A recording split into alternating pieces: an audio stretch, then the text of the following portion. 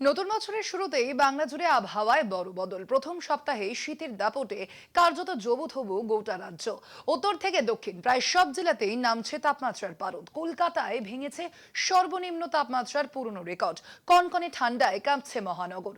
ভোরের দিকে একাধিক জেলায় ঘন কুয়াশা। আবহাওয়া দপ্তরের পূর্বাভাস, আগামী কয়েকদিনে শীত আরও বাড়বে।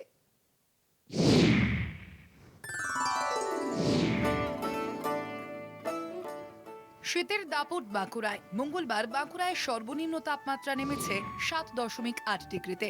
সকাল থেকে কুয়াশা আর উত্তরের হাওয়ায় কনকনে ঠান্ডা। হাওয়া অফিসের মতে এদিনই বাঁকুড়ায় এই মৌসুমের শীতলতম দিন। বীরভূমের রাঙামাটিতেও পারদের বড় পতন। সর্বনিম্ন তাপমাত্রা 6.2 ডিগ্রি। চলতি মৌসুমে সবচেয়ে ঠান্ডা দিন। জেলা জুড়ে হাড় কাঁপানো ঠান্ডা। সকালে কুয়াশা, বেলা বাড়লেও রোদের দেখা নেই। বহরমপুর সহ মুর্শিদাবাদ জেলা জুড়েও ঘন কুয়াশা। ভোর থেকে রাস্তাঘাটে কুয়াশার চাদর। স্থানীয়দের দাবি, এমন কুয়াশা সচরাচর দেখা যায় না। প্রচন্ড ঠান্ডা। ঘোরার ফিরে কুয়াশা ভর্তি, হাঁটা খুব অসুবিধা হচ্ছে। মর্নিং ওয়াকে বেরোন? মর্নিং রোজ বেরোই, অন্যদিন 7টা 7:30 বেরোই, আজকে 8টা পার হয়ে গেছে প্রচুর কুয়াশার জন্য। আবহাওয়া দপ্তরের মতে আগামী 3 দিন শীত আরও জাঁকিয়ে পড়বে। দক্ষিণবঙ্গ জুড়ে জারি শৈত্যপ্রবাহের সতর্কতা। শুক্রবার পর্যন্ত থাকবে প্রবল শীত।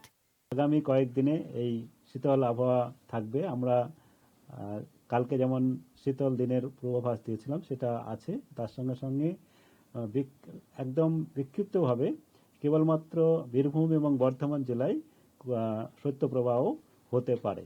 ঘন কুয়াশার চাদরে মুড়ে ডুয়ার্স। একাধিক এলাকায় তাপমাত্রা ক্রমশ নামছে। দৃশ্যমানতা প্রায় শূন্য। রাজ্য সড়ক থেকে জাতীয় সড়ক সব জায়গায় যান চলাচলেও পড়ছে প্রভাব। ভুটানে তুষারপাতের প্রভাবে ভুটান লাগোয়া ডুয়ার্সে কনকনে ঠান্ডা। দার্জিলিং পাহাড়ে ঘন ঘন আবহাওয়া বদল। কখনো রোদ, কখনো মেঘ, সঙ্গে ঠান্ডা হাওয়ায় তুষারপাতের প্রত্যাশা। বড়দিন নববর্ষের ভিড় কমলেও শীতের আমেজ আর কাঞ্চনজঙ্ঘার মেঘে রোদে লুকোচুরি এখনো টানছে পর্যটকদের। কলকাতা টিভি।